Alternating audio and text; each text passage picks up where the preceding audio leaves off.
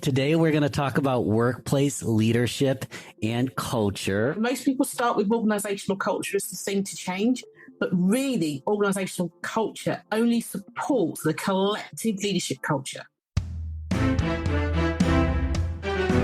I create clear thinking and decisive leaders who can amplify their influence. Contact me to find out how I can help you or your organisation. Today, we're going to talk about workplace leadership and culture. Most people start with organisational culture as the thing to change, but really, organisational culture only supports the collective leadership culture. You can have that humanity piece included.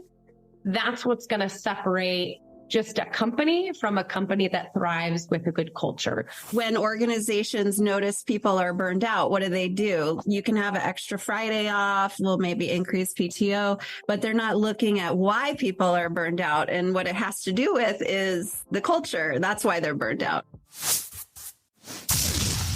You're listening to the Real Business Connections Network. Real Business Connections Network. Powered by Balbert Marketing, LLC. Subscribe now and check us out at realbusinessconnections.com. Enjoy the show.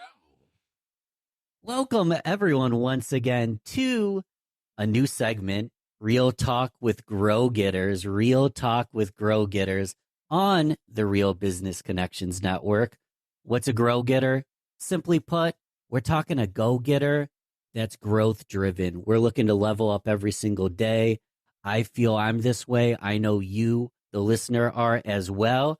And that's why I put together this panel discussion so I can learn from people that are smarter than me, at least about a couple things. And today we're going to talk about workplace leadership and culture. Workplace leadership and culture. I have three incredible ladies with me today.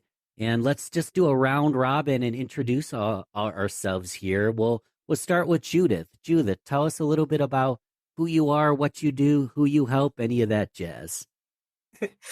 Hi, Ben. Thank you. So I'm Judith Germain, and I create clear thinking and decisive leaders so that business owners, leaders, and organisations can thrive in this constantly shifting world.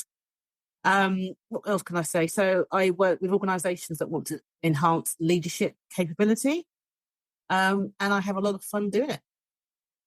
Yes. And you're very modest. You have an incredible online magazine and a podcast as well. And part of why I wanted you on the show is because you're really preaching how to truly be a maverick leader. And I'm excited to have you as a panelist here today, Judith. This is going to be fun. Thank you. Kindra, do you want to go next for us? I will go next. Hi, guys. I'm Kindra Maples. My company is called Culture Crush. It is a hub for company culture resources. So instead of having companies have to search online and find folks like Judith and Catherine, they can come to me, they can come to our hub and find those resources, and we match them. So we're kind of like the matchmaker for company culture. Matchmaker for company culture. I love that. and similar sentiments that I just said. Like, your podcast is incredible. Culture Crush is incredible. You didn't even touch on this, but we might later. You come from a real empathy and love for animals, which I too have. And that's one thing that I find unique and interesting about you, a little bit about your backstory, Kindra. So maybe we'll touch on that in a little bit. We totally will. Yeah. The third person we have here today is Catherine. Introduce us to the audience. Sure. I'm Catherine Mattice. I own Civility Partners. We are a culture consulting firm, organizational development, and we actually specialize in turning around toxic workplace culture and behavior. I started this company after being internal HR, working with somebody who was a bully, I would say, and ended up going to grad school and doing all of my graduate research on workplace bullying. So I joke, I have a master's degree in workplace bullying, and started Civility Partners on a mission to minimize that type of behavior in the workplace. So important. When we're talking about leadership and we're talking about culture, we sometimes forget there's bullying and issues that go on, and being able to mitigate those concerns is so necessary. So I'm excited to learn from you guys today. Let's get started talking about like the link between leadership, culture, and the people we serve, our clients or customers. Judith, do you want to get us started with like, what is the link between leadership, culture, and the people we serve? Brilliant. Yeah, it's a great question. So for me, I think everything begins with the individual. So us as leaders of ourselves, we have our own leadership culture. And that would be things like our authenticity, our beliefs, our leadership identity. Okay. And then when we go into work, we interact with other people. And when in that interaction, we form a leadership collective culture. So that looks at things like cognitive diversity, psychological safety, which I guess Catherine's going to talk about as well, and empowerment. Once we do that, we then have the organisational culture. So most people start with organisational culture as the thing to change, but really organisational culture only supports the collective leadership culture that you have. So the client or our customers, what they actually feel is the demonstration of the collective leadership culture. So that's where the link is. So we make mistakes, I think, as organisations, when we go, right, let's change how we appraise people. Let's change how we pay people. Well, we're forgetting that collectively we have created a culture that directly impacts our customer, whether that customer is internally or externally. So well put. I saw a lot of nods and notes. Kindra or Catherine, did we miss anything or anything you want to amplify, Kindra? That was a really great answer to kind of lead into the conversation. I'm so excited that I get to share this with both of you ladies. I'm nodding at a lot of things because the other piece that you hinted at that ties culture as a whole to leadership is the humanity piece of it instead of the hierarchy piece of it, right? Yes, there is a hierarchy. I've worked also with a lot of veterans. There very much is an order, right? Of somebody else is at the top giving the order to the next person down and so forth. But if you can have that humanity piece included, that's what's going to separate just a company from a company that thrives with a good culture. Think about bosses and even just teammates that you guys have had, right? In the past, think about the ones that really knew you. They knew that you had a girlfriend, a significant other, a dog. They knew you as a person and not just, hey, can you mail this? Hey, can you email this? Hey, can you connect with that client, right? That humanity piece is what connects that leadership and that culture to be more than just, okay, I'm just going to work for a job, right? Yeah. I would like to add something too. Love everything both of you are saying. And definitely my background's human resources. So I'm kind of always thinking about the fact that leaders and the collective leadership culture, I hadn't heard that term before, Judith, so I'm going to Google it after this conversation. But that leaders, we say culture starts at the top, and it does. However, having been in the HR industry for so long, I kind of say HR is ultimately the keeper of culture. So, and sometimes if the leaders at the top are bullies or kind of toxic, or they see humans as just resources and not as humans, then HR has to find ways to kind of ninja their way through that and still create the humanity and the vulnerability and the psychological safety. And so I like the idea of operationalizing culture. And that's, a lot of what we focus on with clients, and that there's leadership, but then there's this operationalizing culture. And I just wanted to add that in there. I love that. How do we take what we're doing right here and operationalize it so other cultures can pick this up and create great leaders? Well, I'll stay with you for a moment, Jude, with leadership culture, and then obviously the people we're serving. Paint a picture of the difference we get to make when things are going smoothly here. Like, what is the purpose of all this? What kind of results can we get in our company who do we get to serve by actually making sure we have the operations, we have the right leaders, we have the right culture? I think if you consider that every single person in the organization is a leader, because the first leader we have is ourselves, right? And then what we need to be doing is empowering people so that they all lead. And the benefit from having a culture that has leaders in it, rather than just employees, is that the decision making is faster. People take ownership and accountability. People don't leave things to fester, and they won't tolerate toxic behavior. So what we get is, if a client gets what they need because the people closest to them is empowered to deliver that. And that's what you get when you have everyone as leaders, and you follow like the maverick leadership sort of principles, is that every single person sees everybody else as a client of them, whether they're internally or externally. So it goes straight to the bottom line. It's more efficient, it's cheaper, people feel empowered, they're not disengaged, people love coming to work and actually doing something meaningful. So if we're all leaders, we all act with meaning and purpose.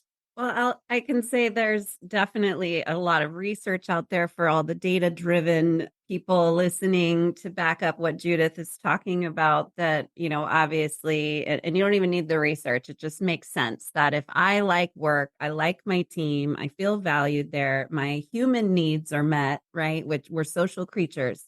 We need to feel valued just as much as we need to eat and sleep.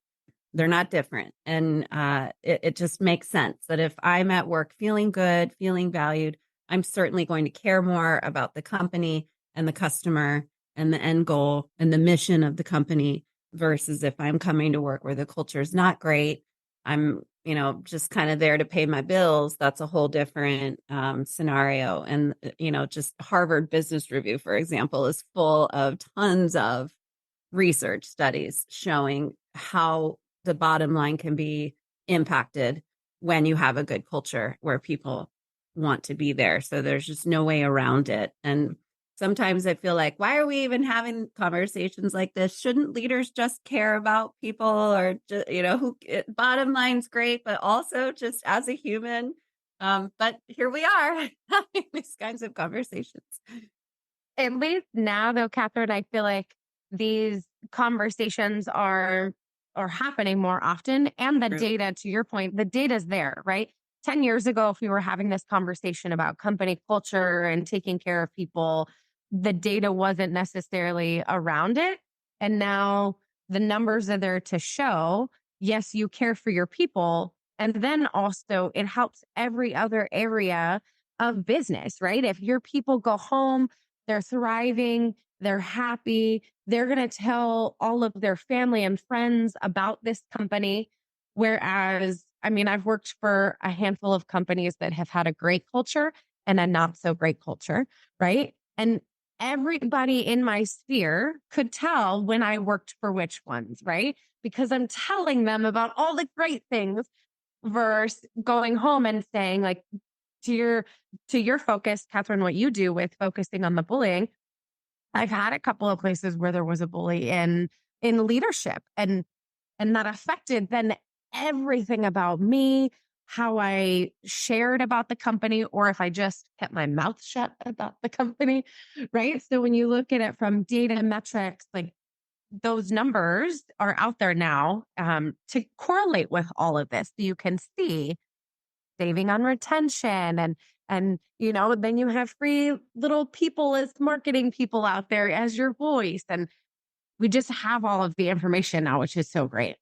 Right. I love that you brought up the domino effect. If people are unhappy, they take that home to their families. They maybe withdraw from their children because they're in their head and frustrated. Maybe they're more inclined to yell easily at home versus if they feel good. So I think there's really a moral responsibility for leaders to create a good culture. And there's research connecting divorce to toxic work environments. The spouse gets annoyed and doesn't want to hear about it anymore. And even parenting. So anyway, I could go down a rabbit hole, but I think we all agree here. Culture is important. Let's go down that rabbit hole a little bit, because we're on it. What does, Catherine, what does a toxic workplace look like? What people listening might be part of one and not even know it. Like, what does a toxic workplace look like?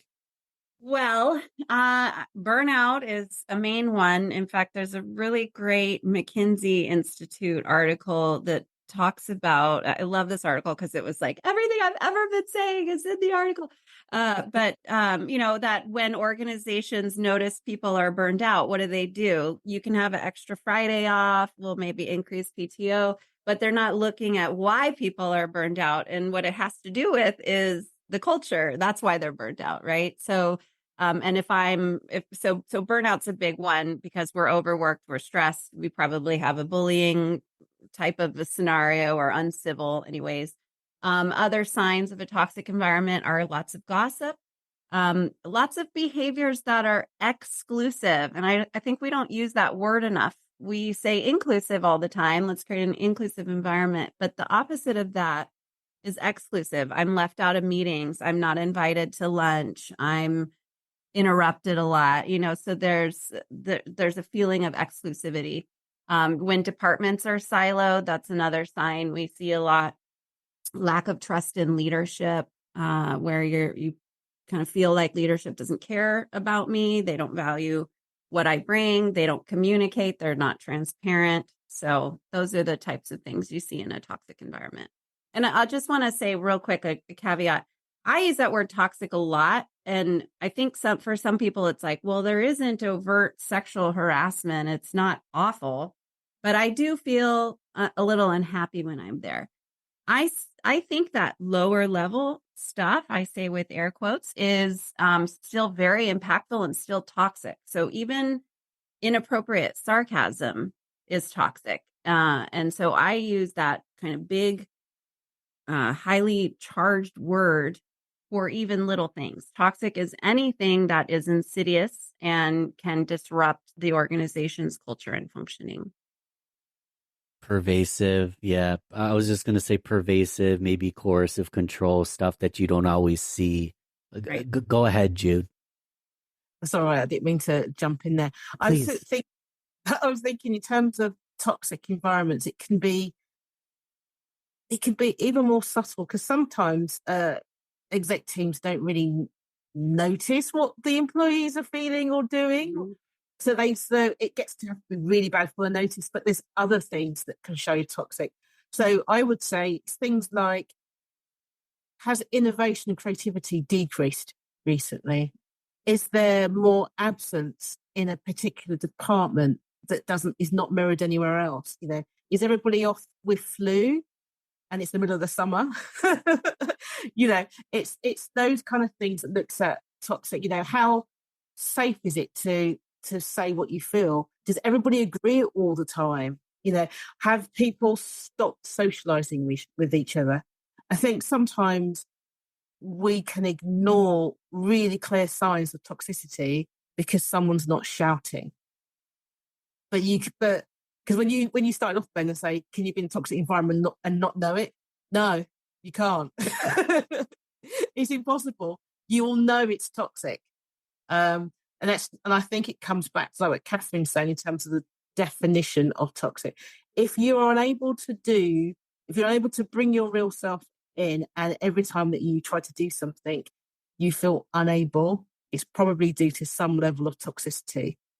Whether that's collectively, like you're excluded from things, or whether it's just one or two people. You can't be in a toxic environment and not realize it. See, Judith, I got to push back on you and have a little debate here. Yeah, cool. I would argue that that's not accurate, because what happens is people start to normalize the way the environment is. And I have given so many speeches about workplace bullying all over the world, and people come to me all the time after it's over and say, I just wanted to say thanks for giving me some vernacular. I didn't realize I was being bullied or that it was that bad until you spoke. And then I heard what you had to say. So I think while we don't maybe you go to work and you're like, I don't really love it here, but it's not that awful. And maybe you can't really pinpoint what you don't like about it. But that's because whatever that exclusive or toxic behavior is feels normal. And so, yeah, I just feel like in my experience, I've talked to so many people who didn't realize they were in a toxic scenario until they came across my or other people's content, because the culture is normal, right? Whatever it is, whether it's toxic or good, that's the norm. And that's how people understand the organization and how to live in it. And yeah, so, I think it's the same. I think it's no different from, I remember years ago, people in the UK, for example, were being sexually harassed. However, they didn't have a definition of sexual harassment. That was something that American people talked about. What's that? But everybody knew that there was something wrong. So I agree. People might not label something as toxic, but they know that they're having panic attacks on a Sunday night. They know they're drinking too much coffee. They know that one person, I don't want to be around them. So you're right. So they might not label it as toxic, but I don't believe someone can be in an environment and be affected and not realize it's not right. I guess that's what I meant from what you were saying, Ben. Yeah. And it goes to what both of you were saying. There's extremes of it, right? I've been in a workplace where I had a boss literally scream at me in front of outside of a room of 40 students. I knew, okay, this isn't good, right? But on the other side, right, I've been in those moments where, Catherine, you were saying like the increased PTO, things like that, where it's just the Band-Aid, but you're okay with it because I get more PTO, right? And so I think about it almost in terms of a relationship, right? There's some relationship that just kind of fade away. And when they're breaking it down, they've stuck in it because it wasn't bad, right? They've stuck in it because, I didn't beat you or I didn't scream at you, right? But it wasn't great. And they got okay with just the subpar, right? And so I kind of look at that as I'm listening to the two of you, right? There's these extremes of when we say toxic workplace, right? Of yes, there's very big red flags. But then there's also these moments of it's subpar. You might go to work and you might be stressed, but also they're giving you unlimited PTO. So, hey, why not take the unlimited PTO? And so you kind of just settle, right? It's not horrible of the stories you've heard, but it's not great either. You know what I think is so interesting there, because I'm sitting there thinking, right, it's cultural and not just organizational, it's also by countries. Because it's interesting, because I'm just listening to the solution that you're saying, like in America, and I'm thinking, well, we just wouldn't do that in the UK. So, to get to that point would be so extreme. We wouldn't just, so it's very interesting because it's the individual, isn't it? And where they come from and what's accepted and not. So I think that's quite interesting. Yeah. Context matters. The country you're in matters. The UK is a lot more advanced in their respectful workplace laws and how they manage workplace bullying. And the United States is actually pretty far behind on a lot of these things. So, yeah. Yeah. Yeah. I have a question for the group that I want to tackle from a lot of different perspectives. So maybe I'm being bullied at the workplace. It's definitely a toxic environment. I don't have good leaders. There's a lot of things I can do, right? Everything from maybe I have help in my team, but maybe there's stuff that I need to do outside of work. You guys tell us. So I'm in a toxic scenario. There's bullying. I don't like the culture. There's bad leadership. Anyone can go first, whoever has an idea here, but what are different ways that I can mitigate that issue? And I already know that I want to probably either find a new role or a new company, but what do I do to make those steps? I'll be happy to go first. This is kind of my realm. I'm going to give a kind of an answer that's a subtle but important thing that you need to do or action. So I did some research where I asked for stories from people who had been bullied at work, and now they define themselves as successfully getting out of that scenario. And of course, I'm thinking I'm going to get stories of people who told HR and HR fixed it and everything's great, but that's not what happens. And so what the common theme was through all of these stories, everybody's story was so different, but they all have this thing where it's going downhill, downhill. And then they sort of hit a rock bottom and they make a decision that they're going to take their power back. And that's the first step. You have to decide that you're going to take your power back. Now, what that means for everyone is very different. For me, I would say I'm successful. I was in a bullying situation. Now I'm not. For me, I got fired. And what I did was come home and start a business. That was my decision. Another woman basically decided, I'm going to stay here and fight this fight. I'm going to be the civil rights activist in this organization. But that was now she's fighting. She's not being bullied, right?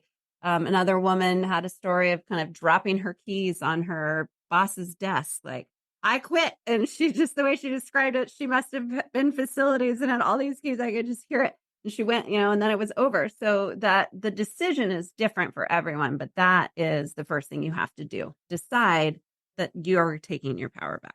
See, that makes a lot of sense to me. And again, it's interesting culturally. So I also have a background in HR too. And in the UK, we would say go to HR because there are specific laws and stuff that needs to be followed. But I would also say outside of that, know who you are. Find a group of individuals, whether they're internally or externally, that is your support system. Practical steps, regardless of which country you're in, is to start taking notes of what's happening, what was happened, who was there, at what time, what the result was, because you need to create a history. Also to do the things that you need to make yourself feel safe and sure. And the strategies, for me, I'm high on the strategy. So start to make a plan.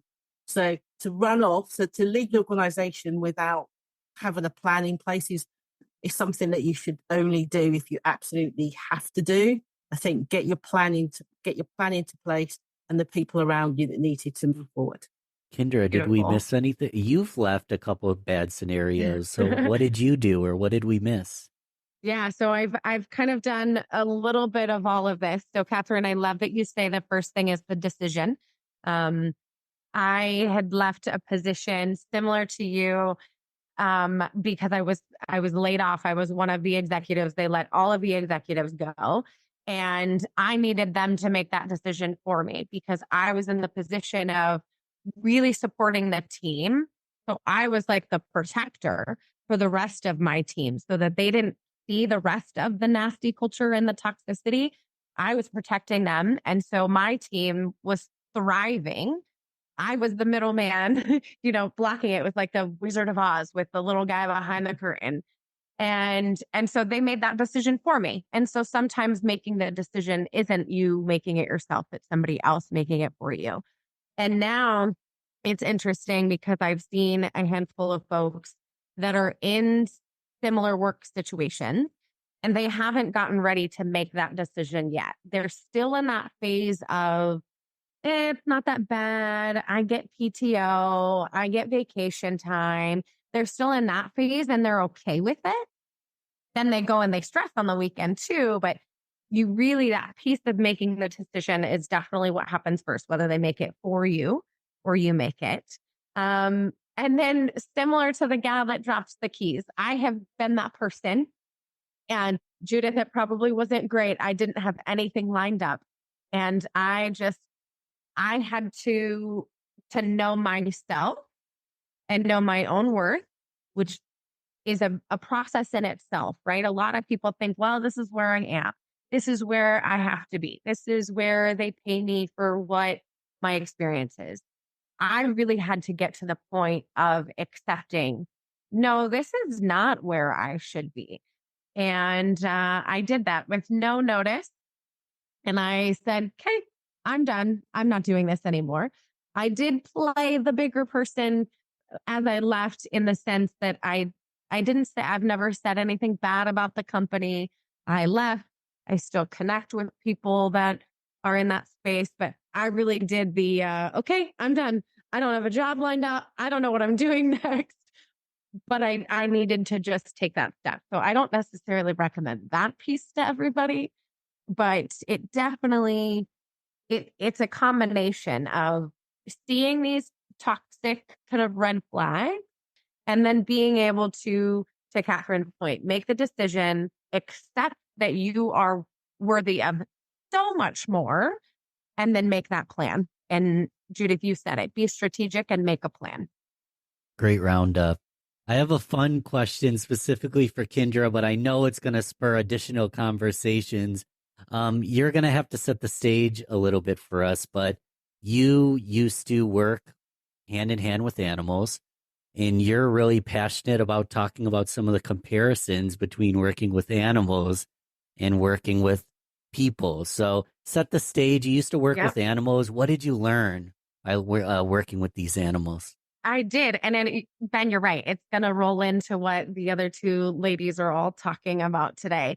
So my background was animal behavior and husbandry. I trained animals. And over time, I shifted from working with animals to then training people to use the animals for presentations and things. And then eventually just shifting into the people side. So operations and leadership. My teams that know me really well, they know that I'll tell you polar bears and people, they're all the same. So at the root of it is a few things that I call them my 5 C's. Whether you're working with animals, that could be training your dog. You may have heard my dog in the background. Whether it's training animals or working with people, my 5 C's that I go by is communication, connection, consistency, cookies, I'll explain that one, and compassion. So in a nutshell, communication, that's how you communicate with people. Nowadays, we have technology. We can communicate with people in so many different avenues, right? So how do you communicate with them that's going to be the right fit for them? And then on the other piece of communication is a lot of the way that you communicate with people is not through verbal written information. It's your face, right? It's your body language. And so how are you communicating non-verbally? Connection is huge. I mentioned at that one company, I was kind of the blocker of the bad stuff for my team. I knew my team. I knew the single dad. I knew the mom that had to pick up her kid at 1 p.m. I knew all those pieces. I knew them as people, right? So to me, that's huge. Know your people as people. Consistency, you have to do these things regularly. You can't just show up one day and, Catherine, with the work that you're doing with focusing on not bullying, you can't just show up one day and be like, guys, I'm an angel. I'm so good. And then the next day you turn into a jerk again, right? You have to keep consistency with whatever you're doing. Cookies is just reward, right? And it's for people at work. It's for people at home. It's if you need your spouse to unload the dishwasher. It's all of these things. What are the rewards, right?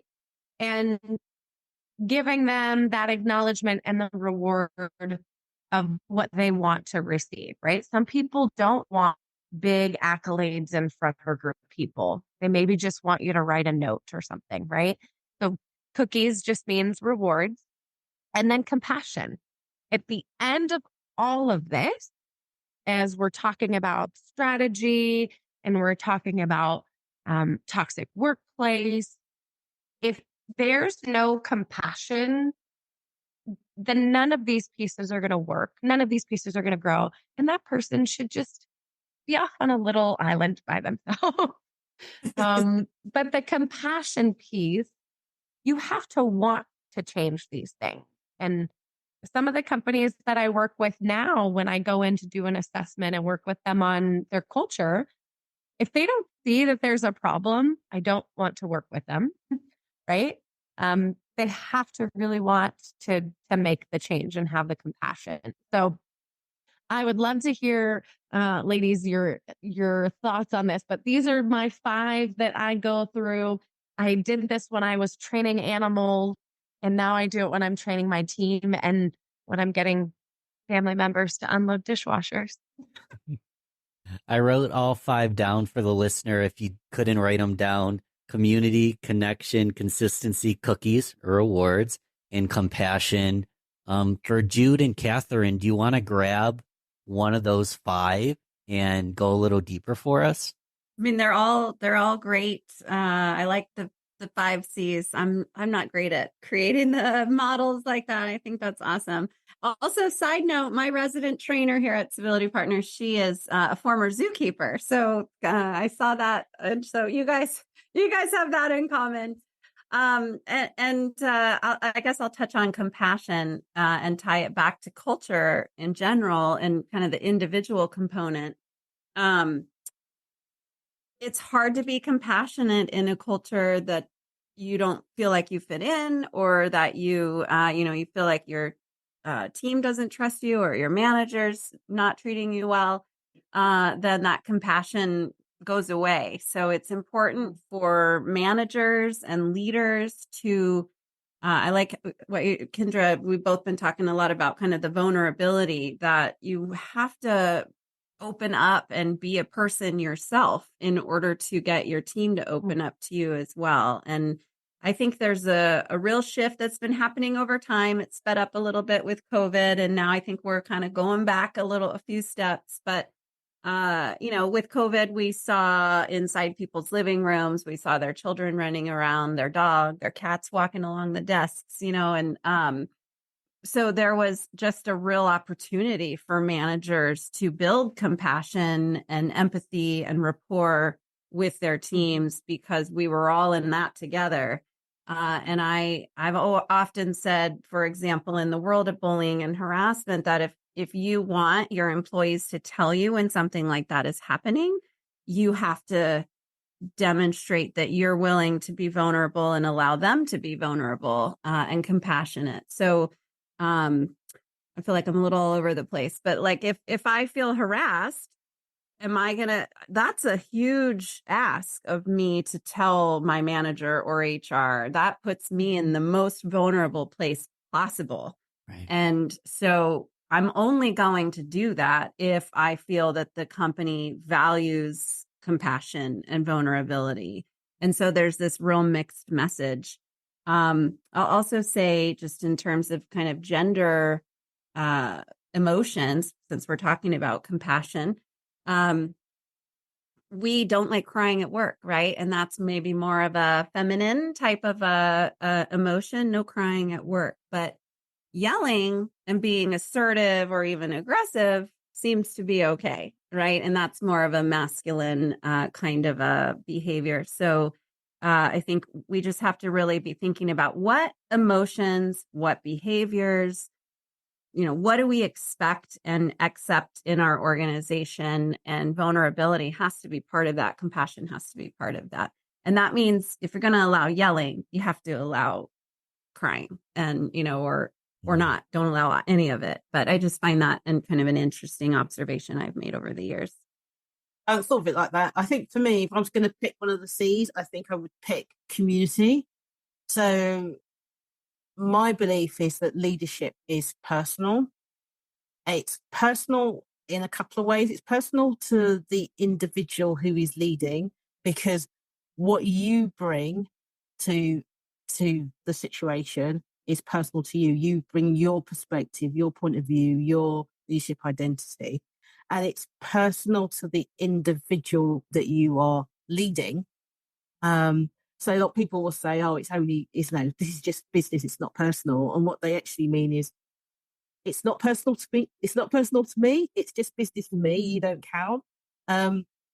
If you want a great culture, that you want to create community, you want to create the ability for people to feel like they belong. And if we view things through the lens of, does this help people to feel like they belong here or not? I think it makes culture a lot more easier if we literally stare through that lens of belongingness, rather than worrying about, especially in the UK, which specific law needs to cover, or which specific group. If we focus back or align back to the values of the community, which have been predetermined, and how we enable that community to feel that they belong.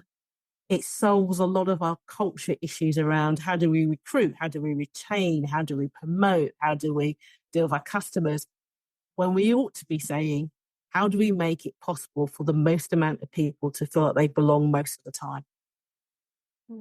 Amen. And I think then that ties into the connection one. Because Judith, as you were talking about personal versus business, and there's an overlap in those spaces. I feel like in the past you would tell like, oh, it's just business, right? I've heard that so many, oh, it's just business, right? And now that's not really acceptable, because if you think about it, you're going to do business with the people that you're connected with. One of the new sponsors that I have with our company, they didn't ask about all the numbers or anything with the podcast or anything like that. We've been personally connecting, right? Business to business, but on a personal level, right? And so when they decided to be a sponsor, it was, no longer this, oh, it's just business. No, it is personal. That's who you want to connect with. And I think that's why this culture thing it's so great that these are conversations that we can have more often, because personal life, business life, home life, work life, they're all overflowing into each other, right? And so that connection piece of needing to feel connected, having a community to feel connected, they all kind of they all do tie in with each other. I think people have been describing for years culture being, what do we do around here? That's culture. Whereas I would say, yes, what you do around here is culture, but also who you are around here is now also culture. And that's the bit that we miss. Who are we around here? Yeah. It's, what we do for a living is a huge part of our identity and our self-esteem. And it's taken so long for the working world to recognize that and treat people better and treat them as humans. And we still have a huge, long way to go. But when someone says it's just business, they're like what you said, Judith, what they mean is it's just business for me. It works for my identity and my self-esteem because this is who I am. But sorry, it doesn't work for you. And so I think we really have to keep that in mind, that even if you work a 9 to 5 or, 4 hours part-time at a gas station, during that time period in your life, if that's where you work, that's part of your identity and part of where you can get self-esteem or not, or, have it damaged. So we do need to be able to bring our whole selves to work and feel valued and like people care about us. Catherine, you said something there. We still have a long way to go. We didn't solve all the world's issues in this conversation. So I have 3 goals. Goal number 1, I'd love for the 3 of you to continue to be connected. Goal number 2, I'm going to continue to support all 3 of you. I love your missions. I love what you're doing here. And goal number 3, bring the listener on board. So let's tell the listener how they can support you. We'll start with Catherine. What's the best way that me, the listener, all of us can support you on your mission here? Oh, well, thank you. I have over 50 LinkedIn learning courses, and they are all around these topics. They're available in 12 languages, so they're a global audience. So if you're on LinkedIn, find me, like a course or two just to bring attention there, because that's a way I feel I can help the world on a bigger level than client by client, which is what we do at Civility Partners. And if anybody wants additional information about culture or turning around toxic cultures, sign up for my e-newsletter. We do something every week, and it's not sales. It's strictly, tangible, useful information. And I do a LinkedIn Live every Thursday morning as well. So I'd love to see everyone over there.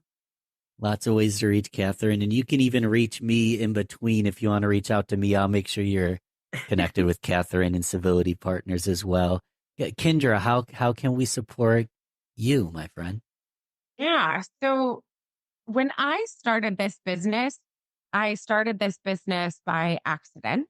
I started the podcast first. And so it was bringing in company leaders and resources to talk about how they can improve company culture. And then after about a year of that, folks started to reach out to me and say, hey, do you have a resource for mental health in the workplace or employee engagement in the workplace? And then we really started to assess it and go, oh, this makes sense. And then I started to reflect back on my previous jobs when I was everywhere from between a middle manager all the way into the C-suite. And I was looking for these resources for company culture.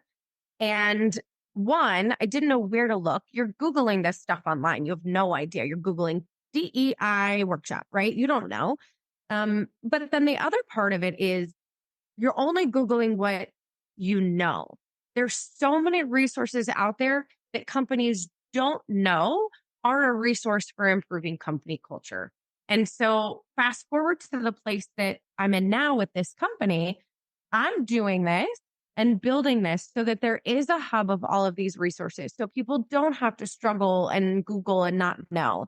Even Catherine, with you and what you're doing, that's a space that people probably aren't sure to Google. And then Judith, with you, like connecting with people in your area, your neck of the woods, right? I'm in Arizona. So you're a little bit further than me, right? And so really it's just bringing these resources together. So there's two sides to that. If there is a company out there that I haven't met that has that mission and has that focus of improving company culture through whatever resource means it is, then I want to meet them, including these two lovely ladies today. And then on the flip side, right? If you're a company that you're trying to figure out how to improve, but you don't necessarily know how, I don't have to be the one to answer your questions. And actually, I don't want to be.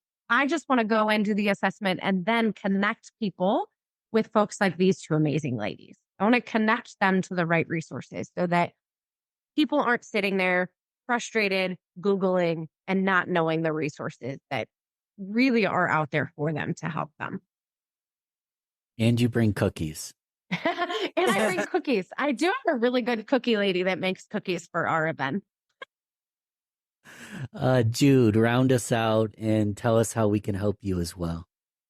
Okay, so my mission is around creating clear thinking and decisive leaders. And one of the ways I do that is through the business about catalysing transformation.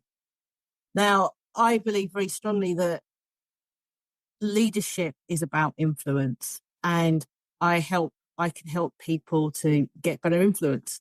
I have a scorecard called amplifyourinfluence.scoreapp.com, where you can go on there, spend 7 minutes of your life, answer some questions, and then you'll get quite a detailed report about your ability to influence and the kind of factors that you need to look at, and then how to improve that score through resources and help. So I'm all for helping people to improve their impact and influence. And as you know, Ben, I have a magazine, the Maverick Paradox magazine, and the podcast for the pathological curious.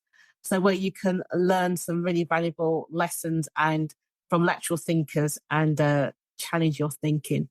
So if you're an organization that really wants to enhance leadership capability, whether that's in leadership culture, change or diversity, or an individual that wants to be different, have a better impact and influence, then contact me via my website or on LinkedIn.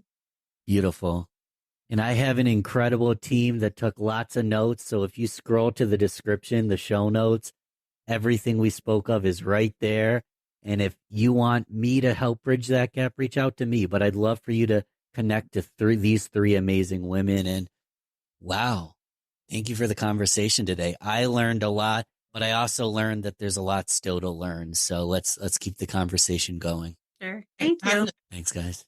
The Maverick Paradox Magazine. The Maverick Paradox Magazine is for the pathologically curious.